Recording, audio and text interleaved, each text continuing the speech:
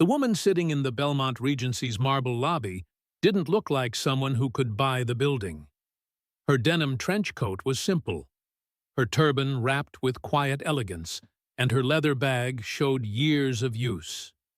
She sat with the kind of stillness that came from knowing your worth, even when others couldn't see it. But Katherine Johnson wasn't there to prove anything. She was there to deliver something. For months, Katherine had been reading the reports. Anonymous testimonials from guests who'd been turned away. Complaints about how staff treated people who didn't look the part, and whispers that the Belmont, once a symbol of elegance, had become a place where dignity came with dress code. Katherine had grown up hearing her father, civil rights icon Charles Johnson, say, "A society's character shows in who they choose not to see."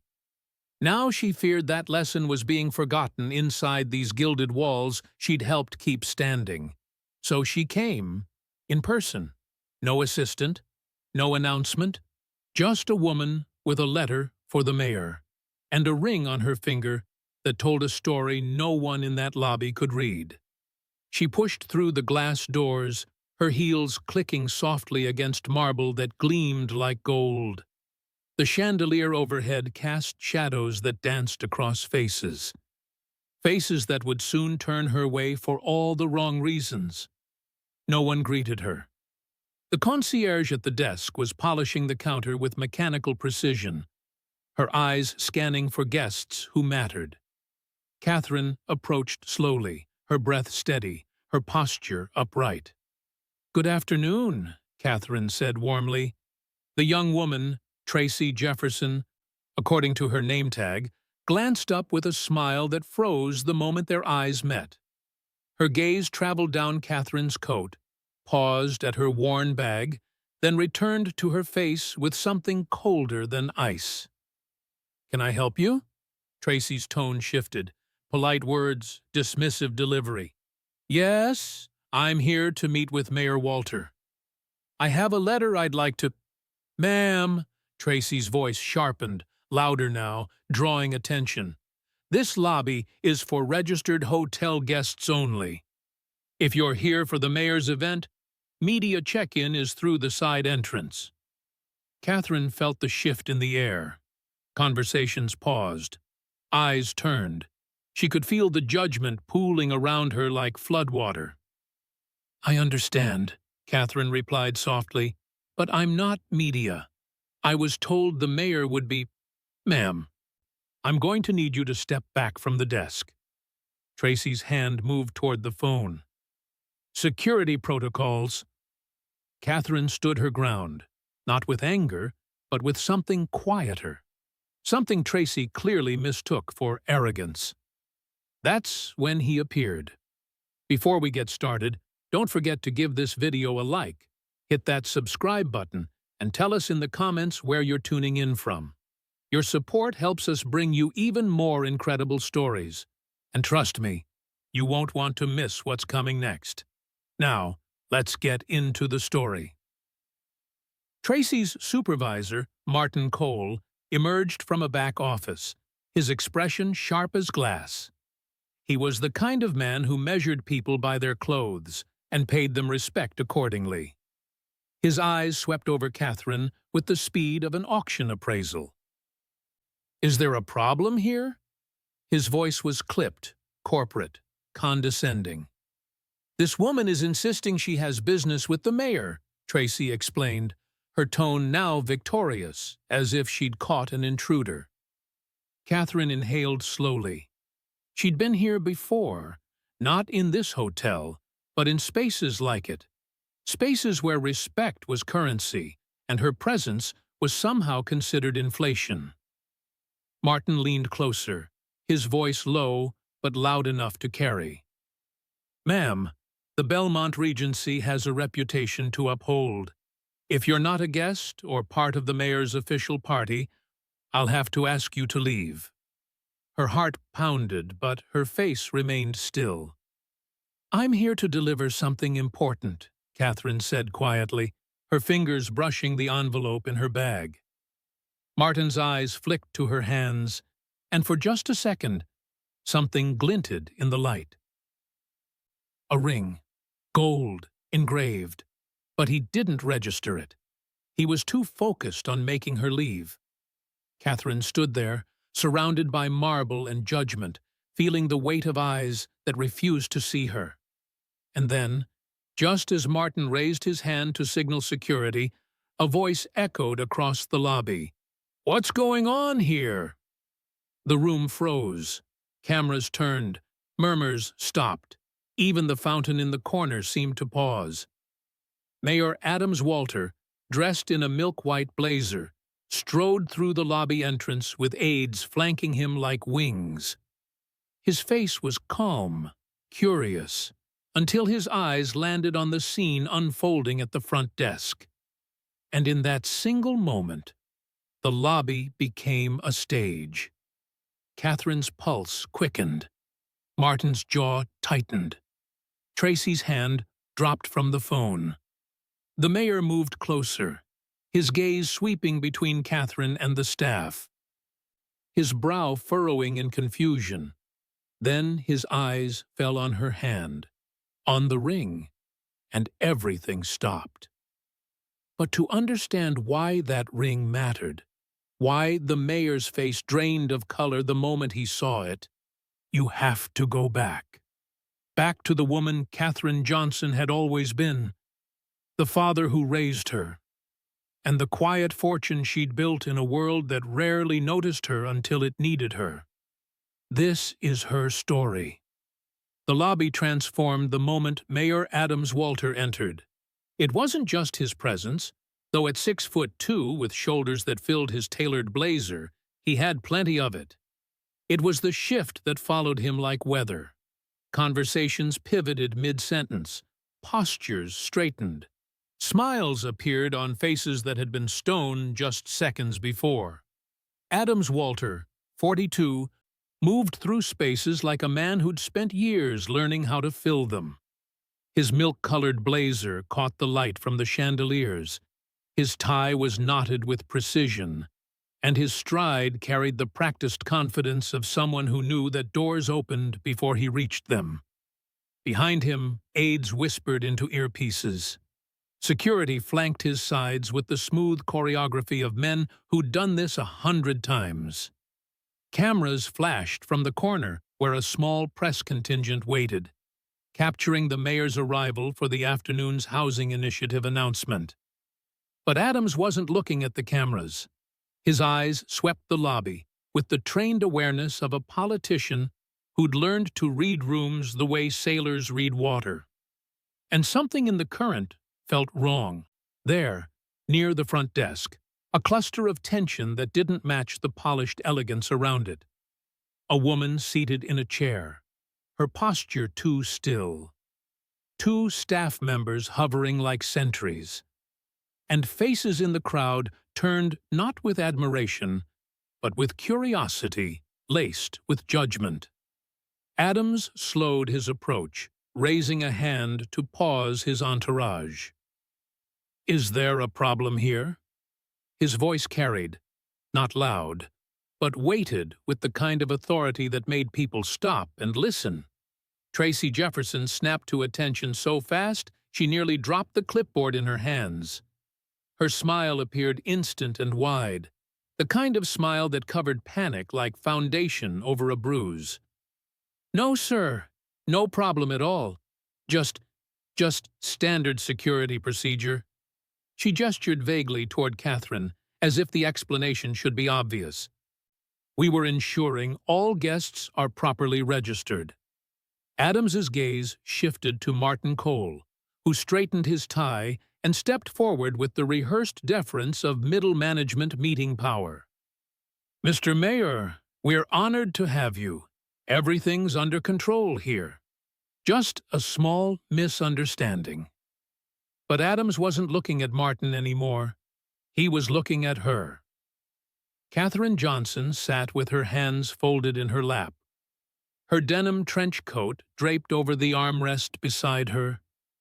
Her turban framed a face that held no anger, only a quiet, unshakable calm that made the chaos around her seem almost absurd by contrast. She met his eyes without flinching, without pleading, just met them. "Ma'am," Adams said gently, stepping closer, "I'm Mayor Walter. Can you tell me what happened?" Tracy opened her mouth to interject, but Adams raised a finger, subtle but unmistakable. "Not you, her." Catherine exhaled slowly, as if deciding how much truth a moment like this could hold. "I came to deliver a letter to you personally," she said, her voice steady and clear. "I was told I didn't belong." The words landed like stones in still water. Adams's jaw tightened. He glanced at Tracy, then at Martin, both of whom suddenly found the marble floor fascinating. "You were told you didn't belong," Adams repeated slowly, as if testing the weight of the phrase. "In a public hotel lobby." "Yes, sir." "And did you explain why you were here?" "I tried." Catherine's eyes never wavered. "But explanation requires listening, and I wasn't afforded that." There it was, the kind of dignified restraint that only came from practice, from having been dismissed before, from knowing that anger would only confirm assumptions already made. Adams felt something twist in his chest. He'd given speeches about moments like this, written policy papers, shaken hands at fundraisers for organizations fighting this exact kind of prejudice. But standing here, watching it unfold in real time, in a building hosting his event, involving his staff protocols, felt like swallowing glass. "I apologize," he said quietly. "Truly, you should never have been treated that way." Catherine nodded once, accepting the words without forgiving the moment. Adams turned to his chief of staff, a sharp-eyed woman named Diane, who'd been watching the exchange with growing alarm. "Make a note. We need to review security protocols at all public venues hosting city events." "Yes, sir." He looked back at Catherine. Something shifting in his expression, curiosity now, beneath the concern. "You said you have a letter for me?" "I do." Catherine reached into her bag, her movements slow and deliberate, pulling out a cream-colored envelope sealed with wax. Adams took it carefully, noting the weight of the paper. Expensive, formal. The kind of correspondence that didn't come from casual constituents. But before he could open it, something caught his eye. A glint of gold. Catherine's hand had shifted as she handed him the envelope, and for just a second, light from the chandelier struck the ring on her right hand. Adams froze. The ring was small, elegant, a band of gold engraved with delicate script. And there, unmistakable, even from a distance, were two letters intertwined in the design. KJ. His breath caught. The world around him, the cameras, the aides, the murmuring crowd, faded into static. He knew that ring, not the ring itself, but its twin. A duplicate had been sent to his office 6 months ago, delivered in a velvet box with a handwritten note from the KJ Foundation, the anonymous donor funding the city's largest youth housing initiative. The same initiative he was about to announce today. The program that had become the cornerstone of his administration. The legacy he hoped would define his tenure. The ring had been a symbol, the note had explained. A token of partnership. A promise that the donor believed in his vision. And here it was, on her finger. Adams's mind raced. KJ Foundation. Catherine Johnson. The initials aligned like tumblers in a lock he hadn't known needed opening. He looked up at her, and suddenly, everything about this moment shifted.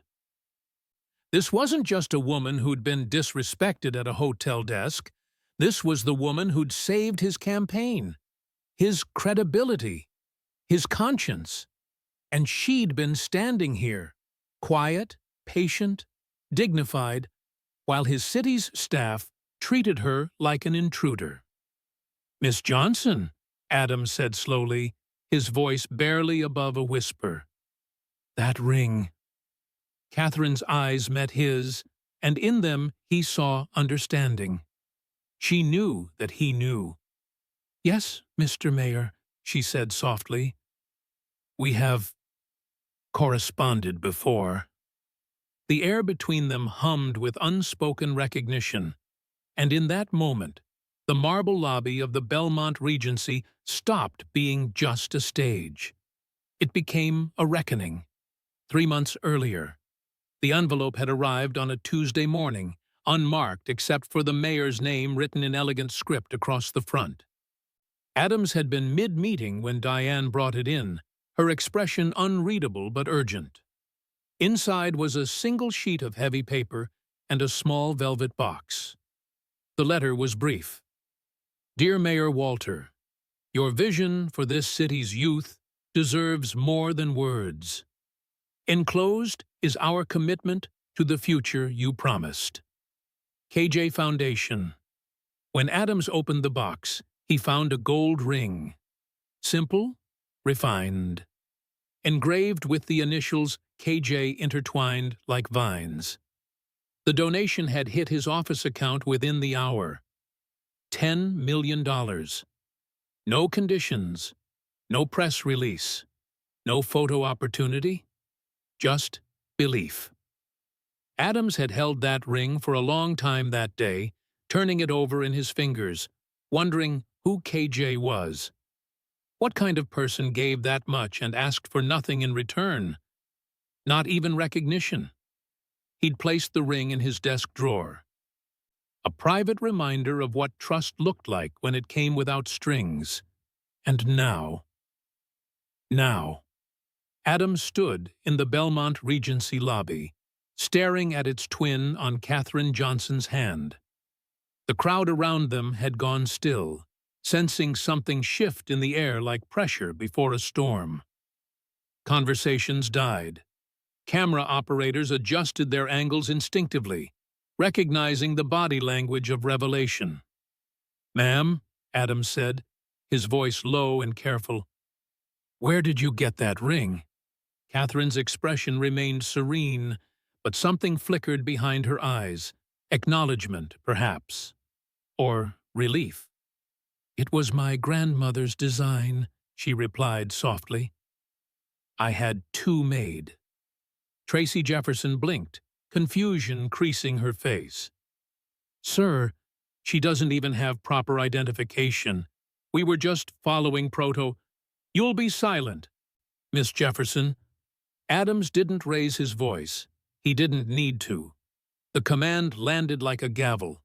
Tracy's mouth snapped shut, her face draining of color. Martin Cole shifted uncomfortably, suddenly aware that whatever was happening here had moved far beyond his authority to control. Adams couldn't look away from the ring. His mind was racing, connections forming like constellations suddenly visible in a clearing sky. KJ Foundation, Katherine Johnson, the anonymous donor who'd saved his housing initiative when budget cuts threatened to kill it. The mysterious benefactor whose generosity had allowed him to break ground on 3 new youth centers. The invisible hand that had made him look like a hero while asking for nothing, not even a photograph. She'd been there all along, watching, waiting, believing. And his city, his people, had just told her she didn't belong. "You're KJ," Adams whispered, the words escaping before he could stop them. Catherine's silence was answer enough. A reporter in the back whispered urgently into her phone. Another raised a camera. Diane moved closer, her instincts sharpening. This was news, and she needed to control it before it controlled them. But Adams wasn't thinking about press strategy or damage control. He was thinking about the letter in his desk drawer.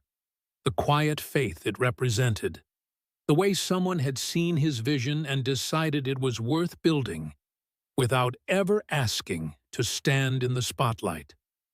And that someone had just been humiliated in a lobby full of witnesses. His hands trembled slightly as he stepped forward. "Miss Johnson," he said, his voice thick with something between shame and awe. But words felt inadequate. So instead, Adams Walter, mayor of the city, did something no one in that lobby expected. He reached for Catherine's hand, not to shake it, but to hold it, and in front of cameras, staff, guests, and security, in front of Tracy Jefferson and Martin Cole, and every person who'd watched this woman be dismissed, Adams Walter bowed his head. The room held its breath. The lobby of the Belmont Regency had never been this quiet. Every sound, the low hum of the air conditioning, the distant clink of silverware from the restaurant, even the soft rush of the fountain, seemed to pause, as if the building itself were holding its breath. Adams Walter bent lower, his expensive blazer creasing at the shoulders, his head bowing with a reverence that made the gesture unmistakable. And then he pressed his lips gently to the gold ring on Katherine Johnson's hand. The gasp that followed wasn't singular. It was collective, a wave that moved through the crowd like wind through wheat. Someone dropped their phone. The sound of it hitting marble echoed like a gunshot. Tracy Jefferson stood frozen behind the desk, a crystal water pitcher trembling in her hands. Water sloshed against the sides, threatening to spill.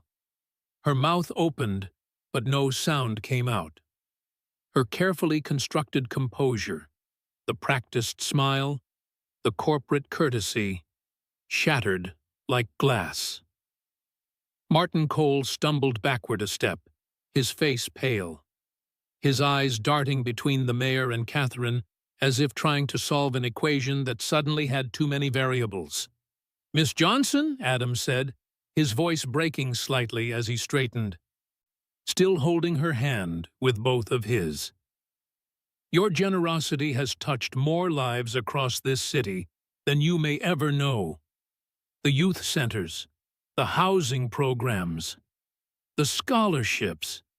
He paused, emotion tightening his throat.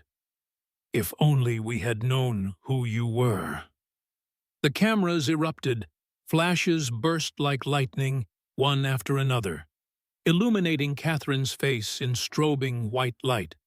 Reporters surged forward, shouting questions that blurred into noise.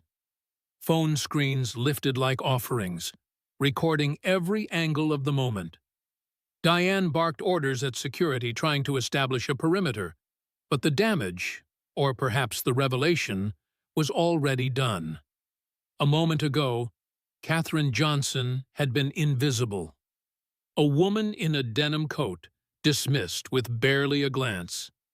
Now, she was the sun at the center of the solar system, and everyone else was simply caught in her gravity.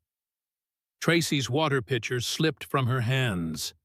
It didn't shatter. Someone caught it at the last second, but the almost of it seemed to break something inside her. Her knees wobbled. She gripped the edge of the desk, her carefully manicured nails white against the wood. Her ambition, the drive to impress, to protect the hotel's image, to enforce standards she thought mattered, curdled into something darker. Guilt, shame, the sick realization that she hadn't just made a mistake. She'd humiliated the woman who'd been quietly funding the programs her own younger sister benefited from. Catherine slowly withdrew her hand from the mayor's grasp, her movements unhurried, controlled. She met his eyes with that same steady calm she'd worn since the moment she walked through the doors. "Respect shouldn't require recognition, Mr. Mayor," she said softly, but her words carried through the silence like a bell.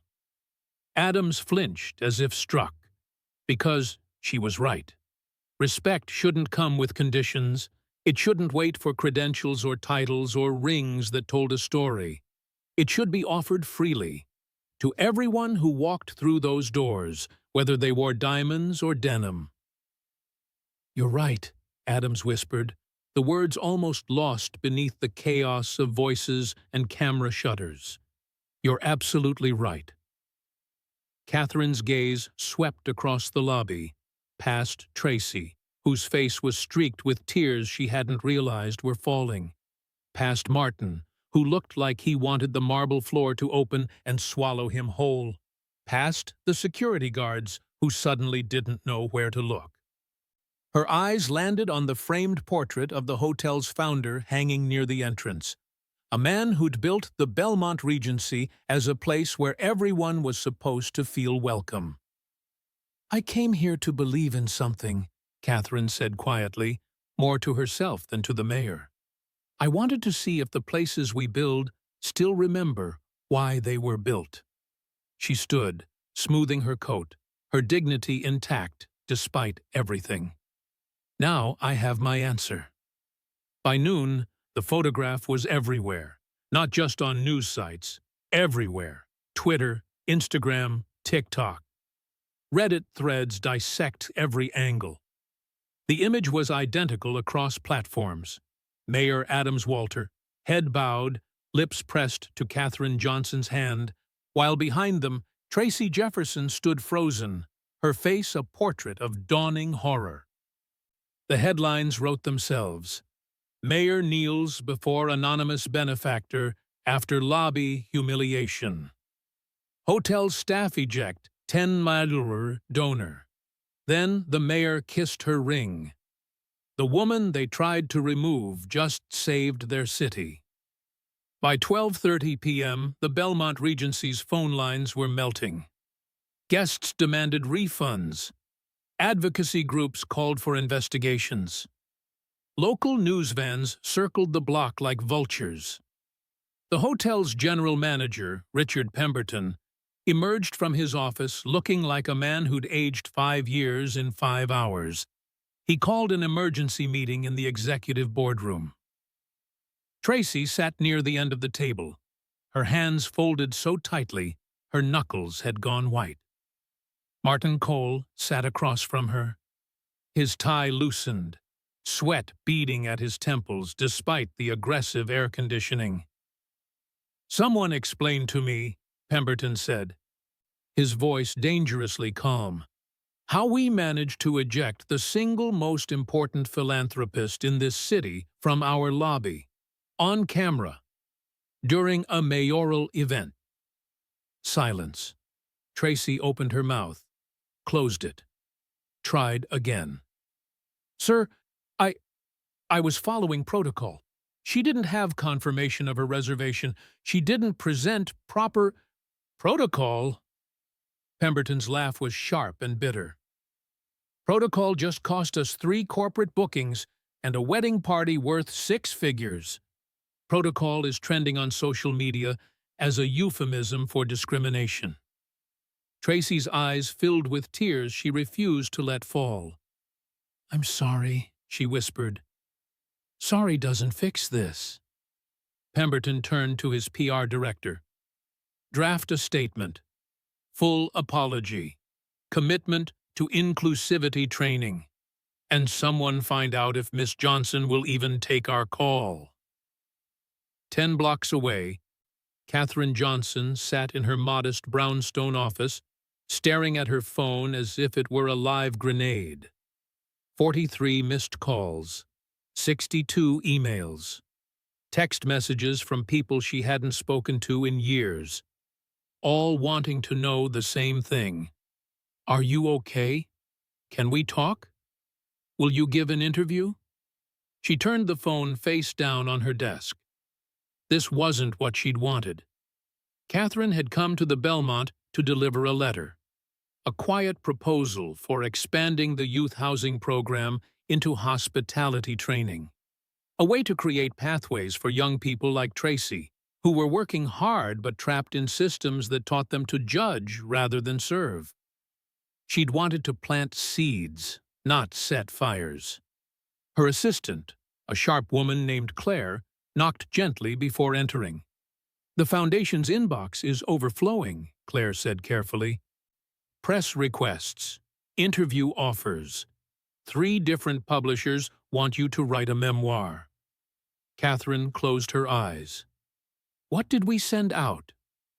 "The statement you approved." Claire pulled up her tablet and read, "Our work is for people, not cameras. We will continue to serve this city quietly, as we always have." Catherine nodded slowly. "Good. That's all they need to hear." But inside, she felt the weight of what had happened pressing against her ribs like a stone. She hadn't wanted to be a symbol. She'd wanted to be helpful. Now she was a headline. Across town, in the mayor's private office, Adams Walter sat alone, staring at the velvet box on his desk, the one containing the other KJ ring. He'd given speeches about equity, signed policies, attended galas, but today he'd seen what those words meant when they failed. He picked up his phone and called Diane. "Set up a meeting," he said quietly, "with Miss Johnson, private, no press, no staff, just her and me." "Sir, her office said she's not taking—" "Then tell them I'm not asking as a mayor." Adams's voice hardened with resolve. "Tell them I'm asking as someone who needs to make this right." The black SUV pulled up quietly. No sirens, no motorcade, no security detail flanking the doors like armor. Just a single vehicle on a tree-lined street where children played hopscotch and neighbors watered their lawns. Adams Walter stepped out alone, dressed not in his usual tailored suit, but in a simple button-down and slacks. He looked smaller somehow, stripped of the trappings that made him mayoral. Just a man carrying the weight of his mistakes. Catherine's townhouse sat modest and unassuming at the end of the block. Red brick worn smooth by decades, window boxes blooming with petunias, a porch swing that creaked gently in the afternoon breeze. And there, kneeling in the garden with dirt under her fingernails, was Catherine Johnson. She wore jeans and an old Howard University sweatshirt, her hair wrapped in a faded scarf. She was pruning roses, her movements slow and meditative, as if the world beyond her garden gate didn't exist. Adams hesitated at the bottom of the porch steps. "Miss Johnson," he called softly. Catherine looked up, unsurprised. She'd probably heard the car. Or maybe she'd been expecting him. People like Adams always came eventually, carrying apologies like offerings. She set down her pruning shears and stood, brushing soil from her knees. "Mr. Mayor." Her tone was neutral, neither welcoming nor dismissive.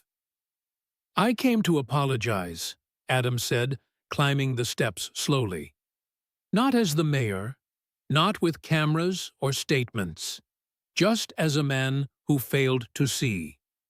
Catherine studied him for a long moment, her eyes searching his face for performance, for the practiced sincerity politicians wore like cologne. But what she found was something rawer, shame, maybe, or the beginning of understanding. She gestured to the porch swing. "Sit." They sat together in silence for a moment, the swing creaking beneath them like a metronome marking time. "I've been thinking," Adams began, "about what you said. That respect shouldn't require recognition." He exhaled slowly. "You were right, and I've been complicit in building a system where it does." Catherine plucked a petal from her sleeve, watching it drift to the floorboards. "Systems don't change because one person has an awakening, Mr. Mayor. They change when the people who built them decide the foundation was wrong." Adams nodded. the words landing like stones in his chest. "I want to issue a public statement," he said, "clearing your name, making it clear that what happened was unconscionable." "No." Catherine's voice was firm but not unkind. Adams blinked. "No, don't make this about me," she said, turning to face him fully. "Make it about respect, because the next woman who walks into that lobby might not have a ring for you to recognize. She might not have $10 million, or a famous father, or a foundation with her initials on it." She leaned forward, her eyes holding his with quiet intensity. "She might just be tired, or lost, or looking for a bathroom. And she deserves to be treated with dignity anyway." The words settled over Adams like a sermon he wasn't sure he deserved to hear. He thought about all the policies he'd signed, all the speeches he'd given about equity and inclusion. How easy it had been to applaud those ideas from podiums while people like Tracy Jefferson enforced prejudice in lobbies, believing they were doing their jobs correctly. "You're right," he whispered. Catherine's expression softened slightly. "I didn't come to your city to shame anyone, Mr. Mayor. I came because I believed in what you were trying to build. I still do." She stood, moving back toward her roses. "But belief without accountability is just hope. And hope without action is just waiting." Adams rose slowly, feeling the weight of those words like a challenge he'd have to carry back with him.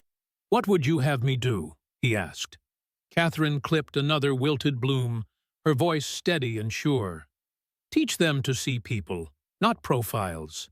To serve humanity, not hierarchy." She glanced back at him. "Start with that hotel. Make it a model. Call it whatever you want, but make it matter." Adams nodded, something shifting in his chest. Not absolution. He hadn't earned that yet. But purpose. "I will," he promised. And for the first time since the lobby, Catherine smiled. The announcement came 3 weeks after the lobby incident. On a crisp morning, when autumn light filtered through the Belmont Regency's stained glass windows like colored prayer. Richard Pemberton stood at a podium in the hotel's grand ballroom, flanked by Mayor Walter and a screen displaying a simple logo, a golden ring intertwined with the words, "The Catherine Code." "Effective immediately," Pemberton said, his voice carrying the weight of institutional reckoning. "The Belmont Regency will implement a comprehensive inclusivity and leadership program for all staff members. This initiative will redefine what hospitality means, not as a transaction of service, but as an embodiment of respect." Camera flashes popped. Reporters scribbled notes. But in the back of the room, Tracy Jefferson sat with her hands folded in her lap, her throat tight with emotion she didn't yet know how to name. She hadn't been fired. Katherine Johnson had specifically requested that she remain employed, not out of mercy alone, but out of belief. Belief that people could grow beyond their worst moments if given the soil and sunlight to do so. But there was a condition. Tracy would lead the initiative. The first workshop was held in a conference room that smelled of fresh coffee and nervous sweat. 15 staff members sat in a semicircle: front desk clerks, housekeepers, bellhops, restaurant servers. People who'd spent years learning to read guests by their luggage, their clothes, their confidence. People who'd been taught that the hotel's reputation depended on knowing who belonged and who didn't. Tracy stood at the front, her palms damp, a binder of materials trembling slightly in her hands. "I'm not here as an expert," she began, her voice softer than it had ever been behind the front desk. "I'm here because I made a mistake that hurt someone, and I need to understand why I made it, so I never make it again." She told them about Catherine, about the denim coat and the worn leather bag. About the assumptions that had seemed so reasonable in the moment. Assumptions about class, about belonging, about who deserved immediate respect and who had to earn it. "I thought I was protecting the hotel," Tracy said quietly. "But what I was really protecting was my own discomfort with people who didn't look like what I thought power should look like." The room was silent, but not empty. The silence was full, full of recognition, full of the uncomfortable weight of seeing yourself in someone else's confession. A housekeeper named Rosa raised her hand tentatively. "What if we don't know how to change? What if we've been doing it wrong for so long we don't know what right looks like?" Tracy's eyes stung with tears she'd been holding back for weeks.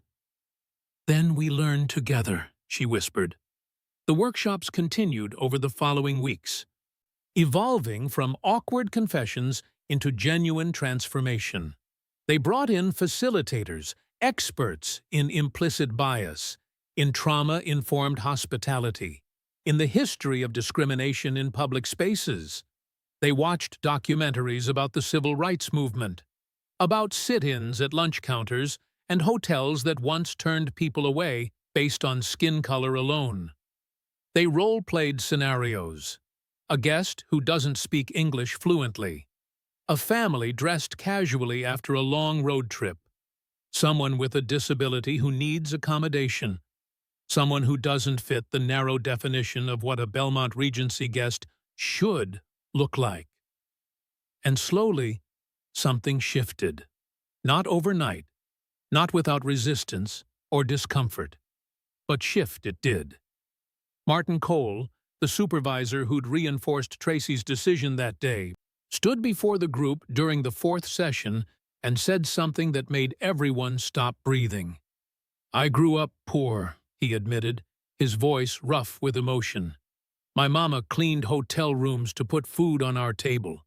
And I swore that when I made it out, I'd never be poor again, never be looked at that way again." He paused, his jaw working. "But somewhere along the way, I started looking at other people the way I was afraid of being looked at. I became the thing I hated." Rosa reached over and squeezed his hand.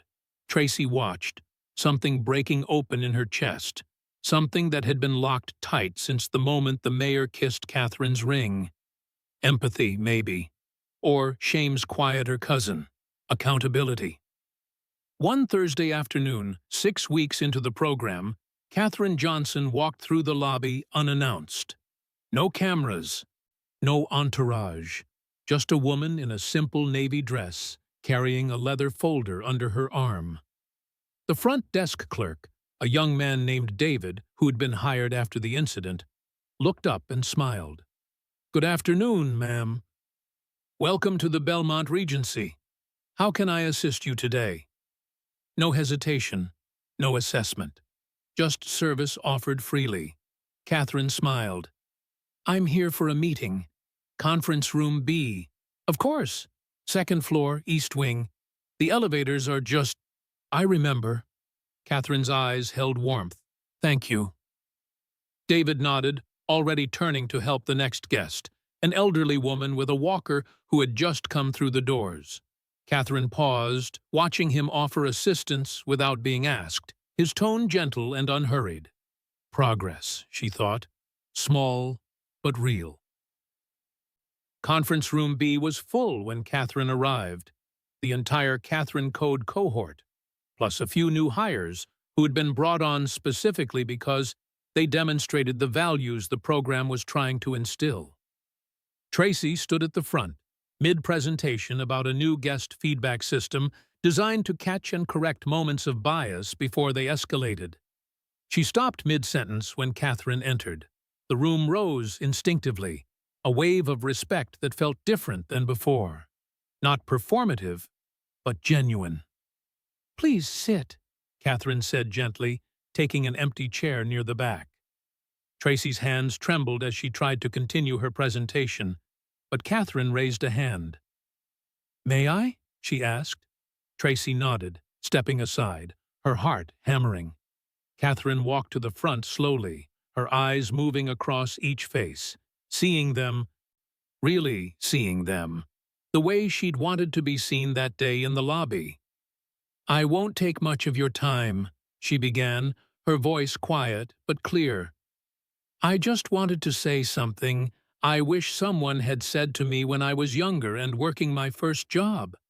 She paused, letting the silence settle. "Your uniform doesn't define you. Your paycheck doesn't define you. The hotel's reputation doesn't define you." Her gaze moved from person to person, landing finally on Tracy. "Your kindness does. Your willingness to see people as people, not as problems to manage or obstacles to reputation, that defines you. And that's the only hospitality that matters." The words hung in the air like light through stained glass. Rosa wiped her eyes. Martin stared at his hands. David, the new clerk, nodded slowly as if receiving a truth he'd always known but never heard spoken aloud. And Tracy felt something crack open inside her that she hadn't known was closed. She'd spent weeks facilitating these workshops, reading materials, leading discussions. She'd apologized 100 times in 100 different ways, both privately and publicly. But this was the first moment she understood what Catherine had really lost that day in the lobby. Not just respect, but the simple human experience of walking into a space and being welcomed without question. "Thank you," Tracy whispered, her voice breaking. Tears she'd been holding back for weeks finally spilled over, and she didn't wipe them away. This wasn't performance. This wasn't management watching or cameras rolling. This was just grief and gratitude, tangled together in the messy, complicated work of becoming better. Catherine crossed the room and stood before her, extending her hand, not for a handshake, but palm up, offering. Tracy took it, and Catherine squeezed gently. "You're going to be all right," Catherine said softly. "We all are." After the meeting, as staff filtered out discussing what they'd learned, Tracy lingered behind, straightening chairs that didn't need straightening, stalling. Catherine noticed. She always noticed.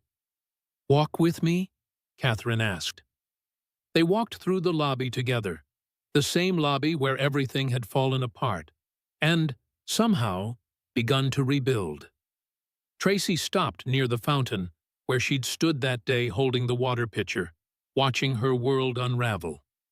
"I don't know if I'll ever forgive myself," Tracy said quietly. Catherine considered this, watching light dance across the water. "Forgiveness isn't a destination, Tracy. It's a practice. And the only way to practice it is to keep showing up. Keep choosing to be better than you were yesterday." She turned to face the younger woman. "You're showing up. That's enough for now." Tracy nodded, wiping her eyes one more time. And as Catherine walked toward the exit, Tracy noticed something she'd missed before. The framed photograph on the wall. The one of the mayor kissing Catherine's ring. Beneath it, a new plaque had been mounted. "Power humbles itself before grace." Tracy stood there for a long time, reading those words over and over, letting them carve themselves into the parts of her that were still learning how to see. The Belmont Regency's cafe had changed. Not structurally. The same exposed brick still lined the walls, the same industrial light fixtures hung from the ceiling, the same marble countertops gleamed under soft Edison bulbs. But something intangible had shifted, like a room that had finally learned to breathe. Where there had once been hushed conversations and the careful clinking of porcelain, there was now laughter. Real laughter. the kind that came from bellies instead of politeness. The baristas smiled with their eyes, not just their mouths. Guests lingered not because they were supposed to, but because they wanted to. Katherine Johnson sat by the window in a deep burgundy sweater, her hands wrapped around a ceramic mug of chamomile tea. Outside, the city moved in its evening rhythm, headlights streaming like rivers, people hurrying home, the sky deepening from peach to violet. She'd been watching a young couple at the next table, the way they leaned into each other's conversation, the way the server had brought them a complimentary dessert, just because it was their anniversary. Small kindnesses that rippled outward like stones in water. "Mind if I join you?" Katherine looked up to find Adams Walter standing there, holding 2 paper cups of coffee and wearing an expression somewhere between sheepish and hopeful. He wasn't in his mayoral uniform tonight. No blazer, no tie. Just a worn sweater, and the kind of tired eyes that came from carrying other people's burdens. "Please," Katherine gestured to the seat across from her. Adam set down both coffees, sliding one toward her. "I know you're a tea person, but I took a gamble. Figured if I was wrong, at least I'd have 2 coffees." Katherine smiled. A real smile, the kind that softened the careful composure she usually wore like armor.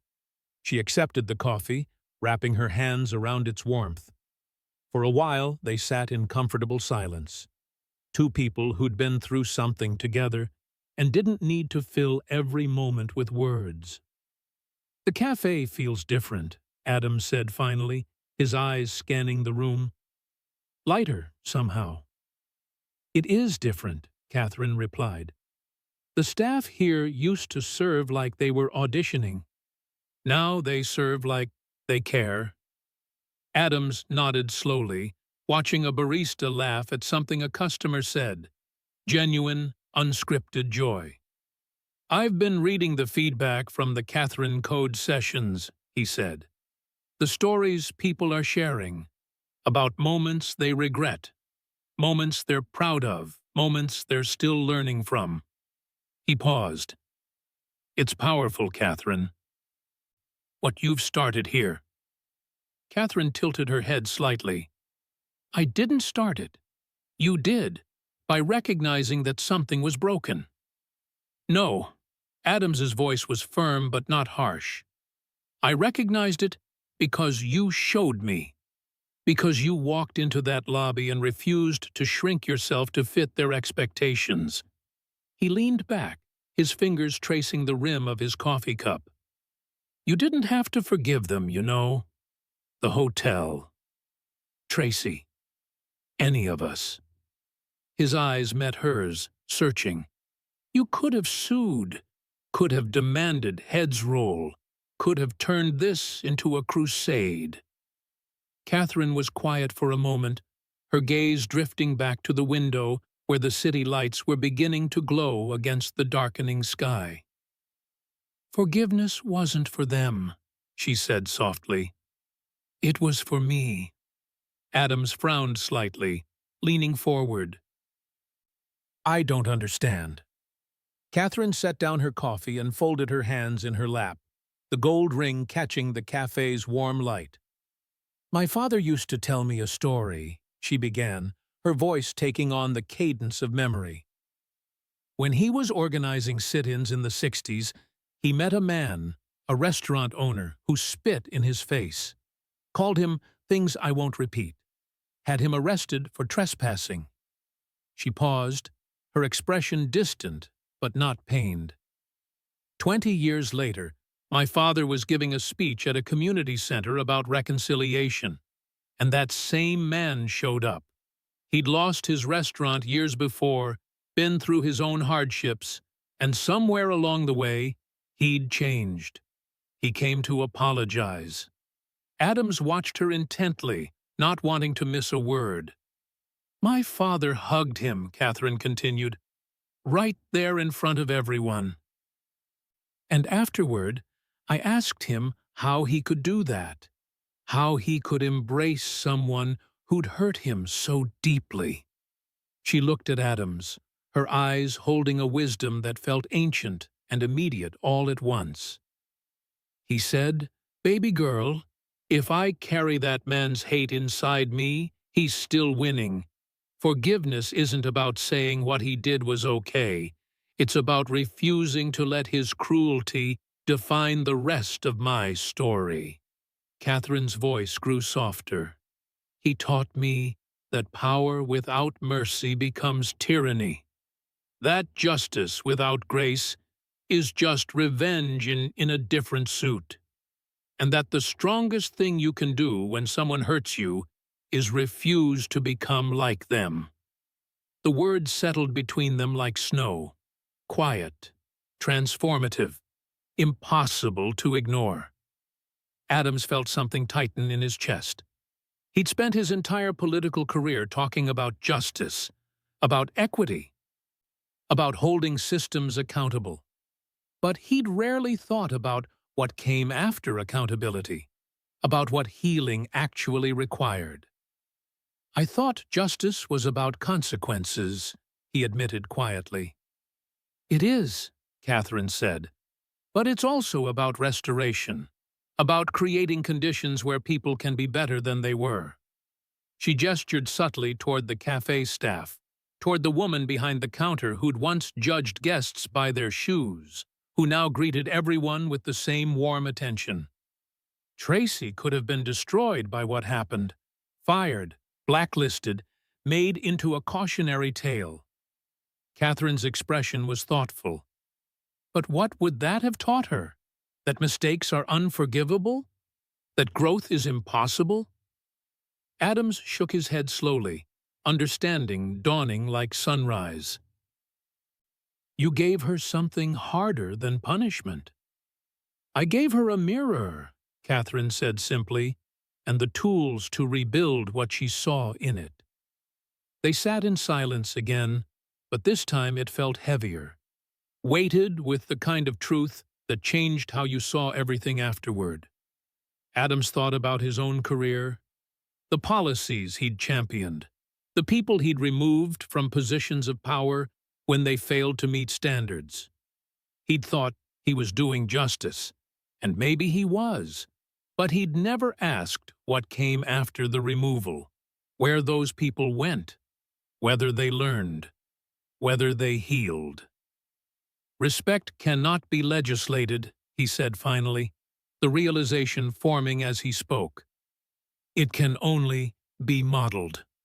Catherine's eyes held approval. "Now you're beginning to understand."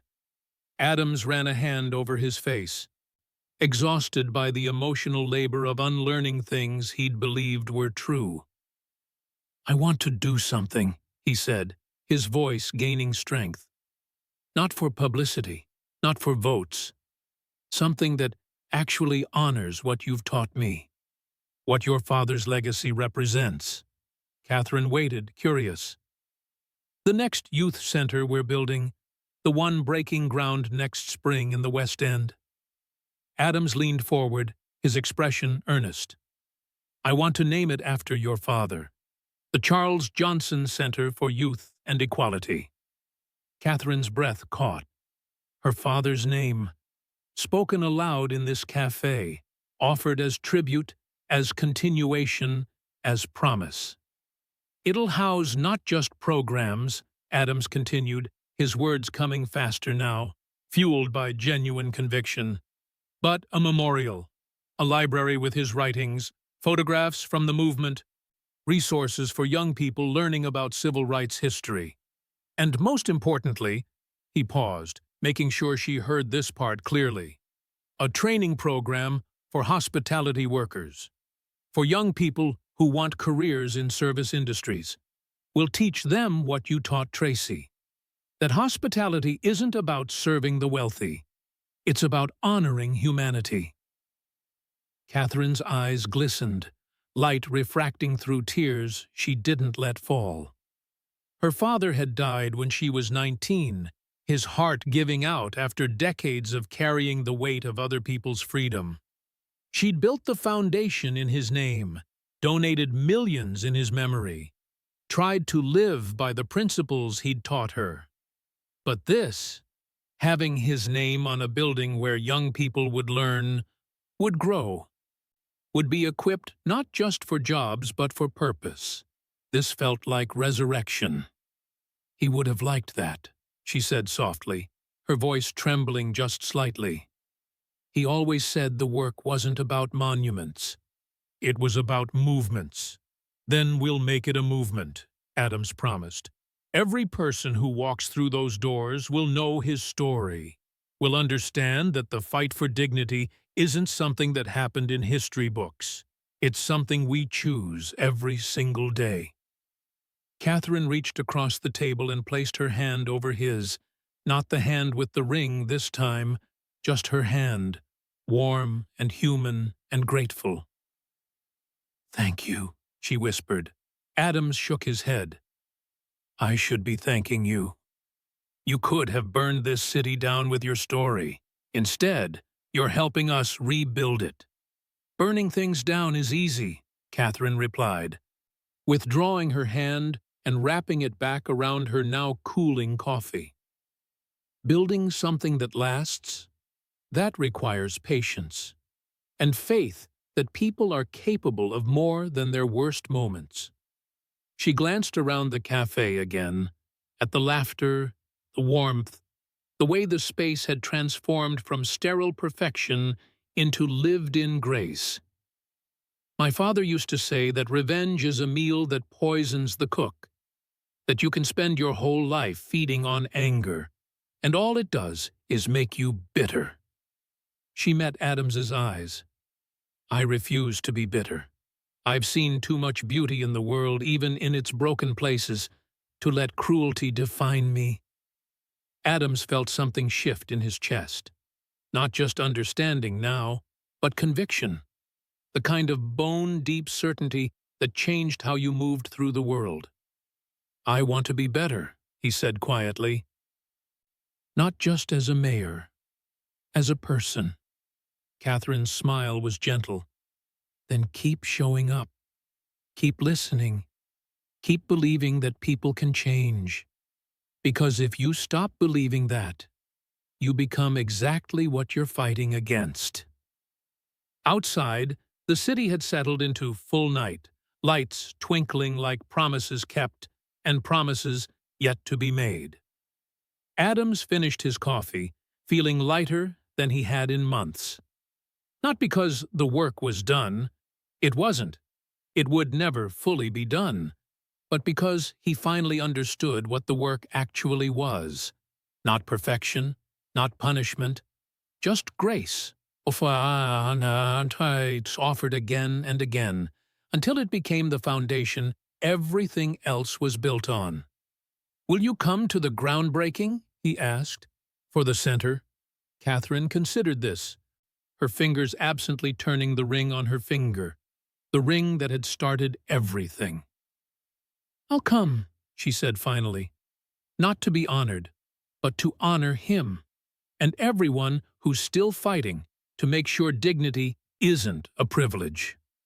Adams stood, extending his hand. Catherine took it, and they shook, not as mayor and donor, not as public figures performing reconciliation, but as two people who'd walked through fire and chosen to carry water instead. "Balance has been restored," Adams said softly, echoing something she'd said weeks ago on her porch. Catherine shook her head gently, a knowing smile playing at her lips. "No," she corrected. "Balance is being built. One choice at a time. One act of grace at a time." She gathered her things, preparing to leave. "And that's not restoration, Mr. Mayor. That's revolution." The Belmont Regency reopened its lobby on a Tuesday morning in late November, when the city was painted in shades of amber and rust, and the air carried the first whisper of winter. The changes were subtle at first glance: a few new plants softening the marble's hardness, warmer lighting that made the space feel lived in rather than staged, seating arrangements that invited conversation instead of isolation. But it was the centerpiece that stopped people in their tracks. There, mounted on the wall beside the reception desk where judgment had once been passed like sentence, hung a photograph. It was large, 3 feet by 4, impossible to miss, impossible to ignore. The image captured a single moment frozen in time. Mayor Adams Walter, his head bowed, his lips pressed gently against Katherine Johnson's hand. Her face in the photograph was serene, almost otherworldly in its composure, while behind them the lobby blurred into a canvas of shocked faces and suspended time. The photograph was stunning in its simplicity. Black and white, dramatically lit, it looked less like photojournalism and more like a Renaissance painting. The humbling of power, some art critic had called it when the image first went viral. But it was the plaque beneath it that made people pause, that made them pull out their phones not to take pictures, but to write down the words so they could carry them home. Brushed bronze, understated but permanent, it read, "Power humbles itself before grace." And below that, in smaller letters, "In memory of the day we learned that respect is not earned by status, but given freely to all who walk through these doors. May we never forget." The lobby had been full that morning. Reporters, city officials, hotel guests, and staff both old and new. Richard Pemberton had given a brief speech about the hotel's commitment to the Catherine Code, about how hospitality was being redefined not just within these walls, but across the entire chain. Mayor Walter had spoken too, his voice carrying the weight of someone who'd been changed by what he'd witnessed. But Katherine Johnson hadn't attended the reopening. She'd sent flowers, a beautiful arrangement of white roses and olive branches, with a card that simply read, "For new beginnings." Because Katherine understood something that most people didn't. That transformation wasn't about grand gestures or ribbon cuttings. It was about what happened in the quiet moments after the cameras left, when people had to choose, again and again, to be better than they'd been the day before.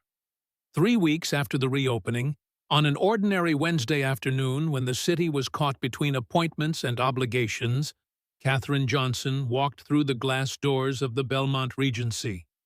She wore a camel-colored coat and carried the same leather bag that had been with her that first day, the day everything changed. Her head wrap was deep blue today, elegant in its simplicity, and she moved with the same unhurried grace that had always defined her. The lobby was moderately busy. A family was checking in, their luggage piled high with the chaos of vacation. A businessman sat in one of the new armchairs, typing furiously on his laptop. 2 elderly women shared tea by the fountain, their laughter light and musical. Katherine paused just inside the entrance, letting her eyes adjust, letting herself feel the space. It was different, not just visually, though the warmth of the redesign was evident, but energetically. The air felt lighter, less performative. Conversations flowed naturally. Staff moved with purpose, but not panic. The lobby felt less like a museum and more like a home. "Miss Johnson." Katherine turned to find Tracy Jefferson approaching, her uniform crisp, but her expression soft, with genuine warmth. She'd changed too, not just in demeanor, but in presence. The desperate ambition that had once driven her movements had been replaced by something steadier. Purpose, maybe, or peace. Tracy stopped a respectful distance away and placed her hand over her heart, a gesture Katherine had seen her use with other guests, a small acknowledgement that said, "I see you, I honor you, welcome." "It's good to see you," Tracy said, and her voice carried none of the performance that had once colored every word. Katherine smiled. It's good to be seen. The words held layers, acknowledgement of that first day, recognition of how far they'd both traveled, gratitude for the journey still ahead. "Are you here for a meeting?" Tracy asked. "I can have someone escort you." "No, thank you." Catherine's eyes drifted toward the photograph on the wall. "I just wanted to see it. The photograph. I haven't been back since the reopening." Tracy followed her gaze, and something flickered across her face. Not shame exactly, but something adjacent to it. The complicated emotion of seeing your worst moment immortalized as someone else's lesson. "It's a beautiful photograph," Tracy said quietly. "Difficult to look at sometimes, but beautiful." Catherine studied the younger woman with curiosity. "Why difficult?" Tracy's fingers twisted together, a nervous habit she was still working to break. "Because every time I see it, I remember who I was that day. The things I said, the assumptions I made." She exhaled slowly. "And I have to choose whether to look away or to let it remind me why I can't be that person anymore." Catherine's expression softened. "And what do you choose?" "I look," Tracy said, her voice gaining strength. "Every single day, I look. Because forgetting would be easier, but remembering keeps me accountable." They stood together in silence for a moment. Two women on opposite sides of a moment that had changed them both. "You know," Catherine said gently, "you're allowed to forgive yourself, Tracy. Growth doesn't require permanent penance." Tracy's eyes filled with tears she'd learned not to be ashamed of. "I'm trying," she whispered. "Some days are easier than others." Catherine reached out and squeezed her hand. Brief, warm, human. That's all any of us can do. After Tracy returned to the desk to help a newly arrived guest, greeting them with the same warmth she'd shown Catherine, the same warmth she now offered everyone, Catherine walked slowly toward the photograph. She stood before it for a long time, studying details she hadn't noticed when she'd lived them. The way Adams's shoulders had curved with genuine contrition. The way her own face had remained calm even as her world tilted. The way Tracy, blurred in the background, had looked like someone watching their certainties collapse in real time. But what struck Catherine most was something she hadn't expected. The photograph wasn't about humiliation at all. It was about transformation. About the moment when power chose to kneel. When grace chose to remain standing.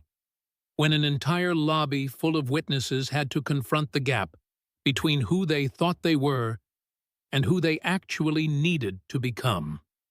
Catherine's fingers brushed the bronze plaque, tracing the engraved words. "Power humbles itself before grace." She thought about her father, about Charles Johnson, who'd walked through doors he wasn't welcome in, who'd sat at counters that didn't want to serve him, who'd stood with quiet dignity while the world tried to make him small. He'd taught her that dignity wasn't something you demanded. It was something you carried, and that the people who tried to take it from you were only revealing their own deficiency, not yours. "You were right, Dad," Catherine whispered, her voice so soft it was almost prayer. "Dignity speaks for itself." She stood there a moment longer, letting the words settle, letting the memory of her father's hands on her shoulders ground her the way they always had.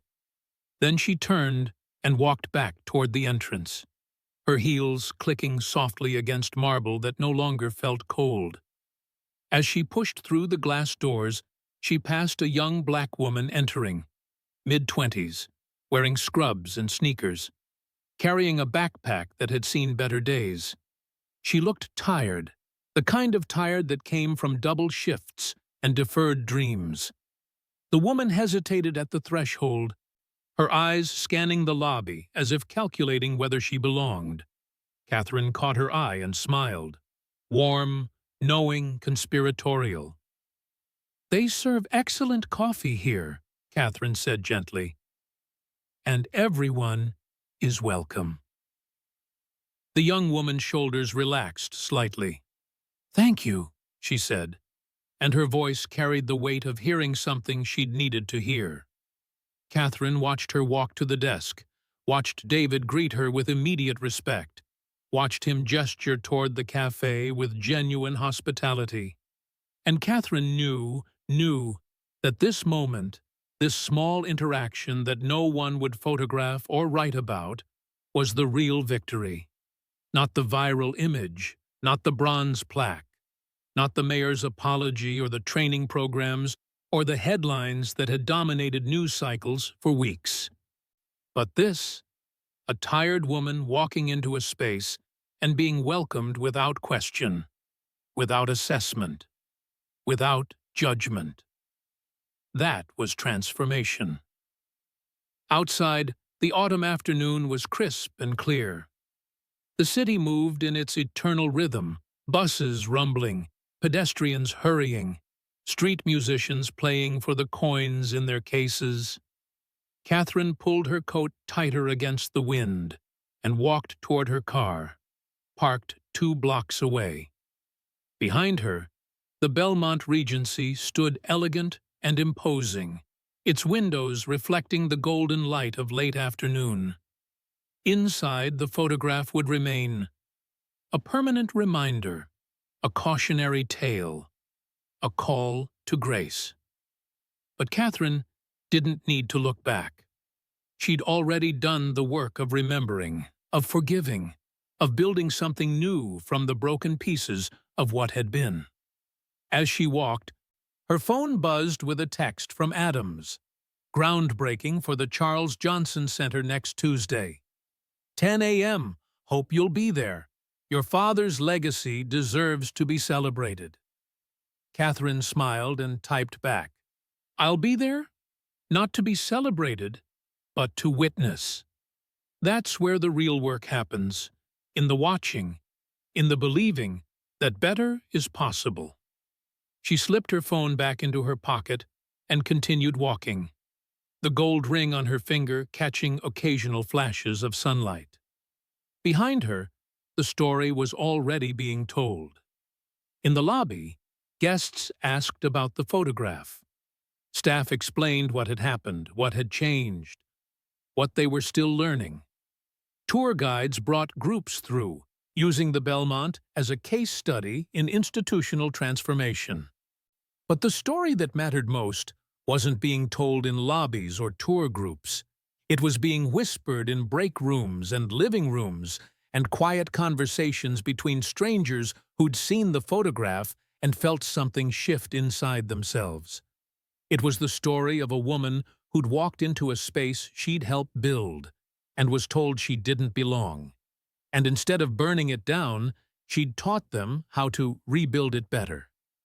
It was the story of a mayor who'd thought he understood justice until he witnessed grace up close and realized how much he still had to learn. It was the story of a young woman who'd made a terrible mistake and was given not punishment, but the harder gift of transformation. And it was the story, whispered from one person to another, carried forward like light through generations, of the day an entire city learned that respect, once lost, can still be reborn.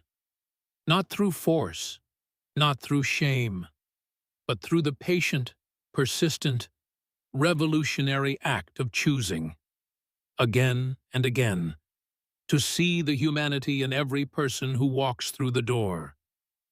Catherine reached her car and paused before getting in, looking back one last time at the hotel's gleaming facade. The cameras had long since stopped flashing. The reporters had moved on to other stories. The viral moment had faded into the archives of social media history. But the work, the real work of transformation, was just beginning. And Catherine Johnson, daughter of Charles Johnson, keeper of his legacy, believer in the slow miracle of grace, knew that this was exactly how revolutions were supposed to look. Not loud, not violent, not instantaneous, but persistent, patient, powerful, one choice at a time, one person at a time, one moment of dignity honored at a time. Until, eventually, the world looked different, not because it had been forced to change, but because it had learned, slowly, painfully, beautifully, to see. She got in her car and drove toward home, the ring on her finger catching the light one last time.